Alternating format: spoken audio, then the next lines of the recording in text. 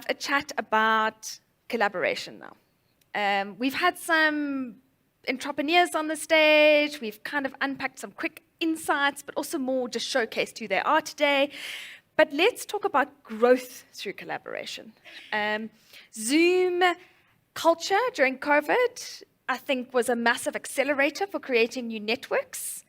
But what many people came out of that saying was, I met a lot of people, but didn't always capture the opportunity of that discussion. So we were zooming, but how much came out of that? So I would like to use the next 10 minutes really just to unpack in your experience where you found the best practice around collaboration. All right, Nick, I am going to start with you, purely because we've actually known each other for a long time and known each other through the RCS collaboration that they had with Startup Bootcamp, and I think your company is a good testimony to a multi-year collaboration partnership. Yeah. So what for you has been the key success to having a multi-year collaboration, not just a one-hit wonder? Yeah, I think the things that come to mind, and I do have to look at Regan and thank him for the opportunity, but they were the first client we signed, from us kind of starting out. But I think some of the keys are to really understand what they are looking at as in terms of value and what creates value for us. So often when we looked at what we did with RCS, it was, are we going to make them money, or are we going to save them money, or are we in that perfect position where we're doing both? Thank goodness we did that for RCS, where we made them money and saved them money. And that gave us kind of access to the rest of the RCS group and network and so on, and created more and more opportunities for us. And we could take some of those successes and some of those learnings kind of forward and show other clients, listen, we did X, Y, and Z, and we did this, and this, and they were all successful at the end of the day. And that gave us leverage, basically, to kind of build the business. And having said that, now we went from having one bot, for instance, with one client, and now we've got, I think, we're going almost into our 30th client, which wow. is wow. great. Wow. Yeah. Thank you, Regan. Yeah, that's amazing, Nick. And I hope maybe I'll pass on to you here. Totally different industries, but both tech-enabled. If I remember correctly, and you can refresh the audience around what your business does, you need to collaborate because you had a huge opportunity come your way and you needed other organizations and people to collaborate with you to capture that opportunity. So what have you learned around collaborating? Hi, everyone. So my business, it's Grateful. What we do, we produce biodiesel from waste cooking oil. So we go to restaurants and we collect their used cooking oil. We convert that into biodiesel. Biodiesel is relatively the same as your normal diesel, right? So I've spotted a huge opportunity with a petroleum company which said to me, Hope, can you supply us with 5 million liters annually of biodiesel, right? Sure. So that was a big opportunity for me. And for me, I'm still at a small scale. So for me, it was like, okay, let me collaborate with other biodiesel producers and probably we can take the quantity that we have and be able to supply to the petroleum company. But it did not work as expected because the first thing is you're a female in a male-dominated industry. That's the first challenge that you face. And the second challenge is, when you're excited, you forget about the legal stuff that you have to put into place. And you run into, hey, can you collaborate? Can you do this and this? And for them, they say, okay, but if Hope was able to get that opportunity, I can also get that because Hope is still at a small scale, right? I can actually go ahead before Hope. So what they did, the failure of collaborating, it's that I didn't put the illegal paperwork into place. That was the first mistake that I did.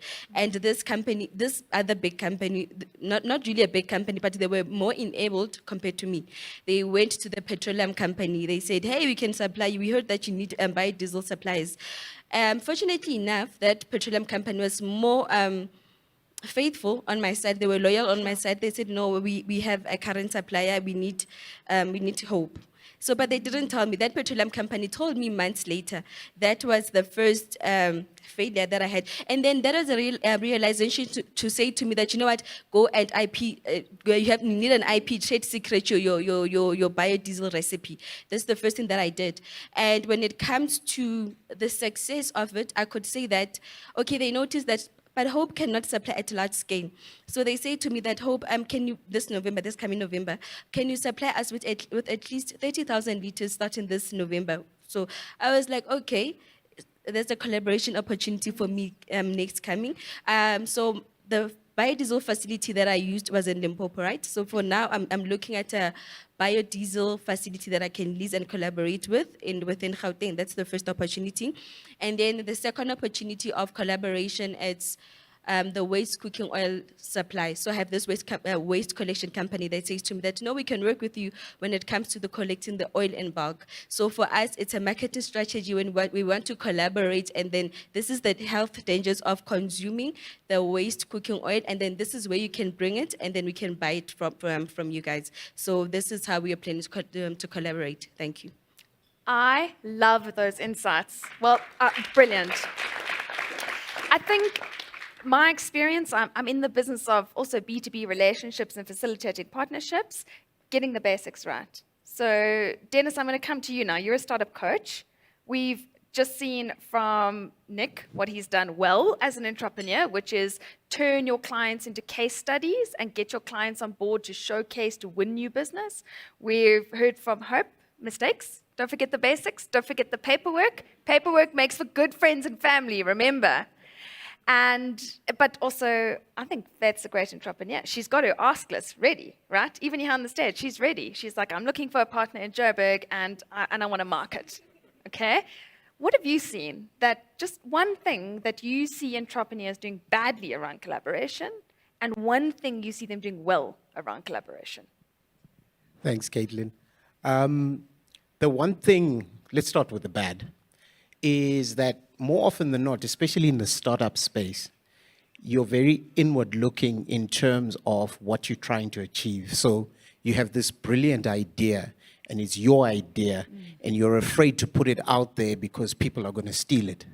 And my argument with a startup is always that if you have a solid value proposition and you have a business model that's solid, no one can take your business away from you. So put yourself out there, and you never know who you might meet. When I coach my mentees, the one thing that I always tell them, never say no to a meeting, because you never know who you're going to meet, and you never know what might come out of that interaction. So the one thing they do badly is assume that everybody's out to get me. So I'm going to keep this thing to myself and try and grow it the best way I can. And yet, you know, the person sitting next to you in a room might be able to unlock some fantastic opportunities for you if you just kind of let go. The good stuff is a lot of entrepreneurs are looking for avenues of growth. And a lot of entrepreneurs realize sometimes where they lack in terms of skills. And so in my space, we constantly have founders saying, look, I'm an engineer. I like to make stuff, but I can't sell stuff. So who can I collaborate with to try and see if they can help me take this product and take it to market? And that's more on a sort of complicated scale. On a simpler scale, collaboration is as simple as me as a startup offering my excess office space in return for marketing spend or marketing assistance from somebody who's using my offices. So there's so many opportunities, and you're starting to see that happen as startups continue to try and bootstrap their way to commercial success. Yeah. That is very spot on. Bartering is still an under-leveraged opportunity for entrepreneurs, but again, should be underpinned by an agreement, not loosely put together. So on the note of bartering, let's talk about the return of the barter economy, the monetary revolution that's on our doorstep. Irene, I would love to understand more about exactly what you do. I have got a newfound love for blockchain and digital assets and what it can mean for the future. And I myself have a deep interest in how it can be incorporated into the entrepreneurial space. But at its core, it's about collaboration. It's about consensus. So how are you finding being a champion of a future world people probably can't even understand yet? Well, how are you collaborating? What are your starting steps? Thank you. So Adanian Labs is a Web 3.0 technology studio that is Pan-Africa. We were founded 2.5 years ago, and we are headquartered in Kenya with a presence in South Africa, Nigeria, Zambia, and Tanzania. And our mission is to actuate the tech revolution on the continent. And as we speak about collaboration, I'll just highlight 4 things that we have done. And we say we're a collaboration junkie. So in our actuation of the tech revolution, so we invest in tech startups, and we also work with them as founders and partners of those businesses to ensure that we de-risk the probability of them failing. So that requires collaboration because we're giving them money, but we're also giving them everything they need so that they can succeed. By the time they leave our program, we are able to say they have a solution that works. You know, the technology is global standard. They have access to markets. Their commercial models are up and running, and we have prototyped them or piloted them in more than 1 country. And I see one of our startups here, Airbuy. Hi. Don't say I don't give you airtime. So in the last 2.5 years, we've built 42 companies in 5 countries, and a quarter of those companies, a quarter of those companies are already in multiple markets. Then our second level is capacity building. We understand that for us to actuate the tech revolution, we need to make sure we address the talent issue, especially smart technology talent, blockchain, AI, and all these new things that keeps coming up every day. So we've launched 3 centers of excellence, the AI Center of Excellence and the Africa Blockchain Center, where we're on a mission to train 50,000 blockchain developers and AI data scientists and engineers. And we cannot do this on our own. No. We need to collaborate. So Africa Blockchain Center partnered with Emugo, Cardano, who are one of the largest blockchain companies in the world. And we have launched a first-of-its-kind African 4-month structured program for blockchain engineers. So our graduates will finish, I think, in November. And we're aiming to train 25,000. We need to collaborate with multiple partners. Just to get the trainers for these programs, we had to reach out to as far as Asia and Europe, you know, to get the trainers because the talent, the scarcity of the talent, you know, from training is very difficult. And with our AI programs, we partnered with the Canadian AI institutions. So again, you know, we know it's a long-term gain, right? Here in South Africa, we launched a program to train 1 million devs in Africa, and we're hoping 100,000 of them will come from South Africa. And we partnered with Lucky from ICDR, you know, 2 months ago, you know. So we cannot. For us, where we're sitting from, we're looking at a 1.3 billion opportunity that Africa presents. If we talk about technology scale, matters. I was reading an article 2 days ago, and I was just sharing with Lucky, and it talked about the 1 billion investment that Google is bringing to Africa. And it said, Google is championing the architect of the digital future for Africa. And I was like, whoa, where is the future of Africa, you know, in terms of digital?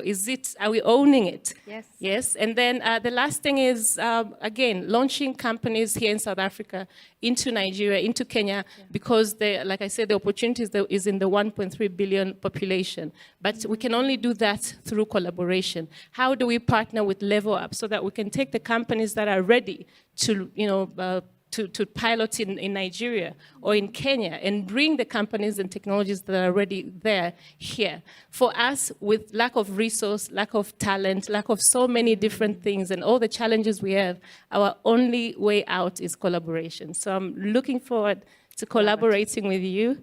I have moved here from Tanzania to Kenya to now here in South Africa. And I'm excited to see what we can explore in unlocking collaboration for South African companies in Africa. Brilliant, brilliant, brilliant.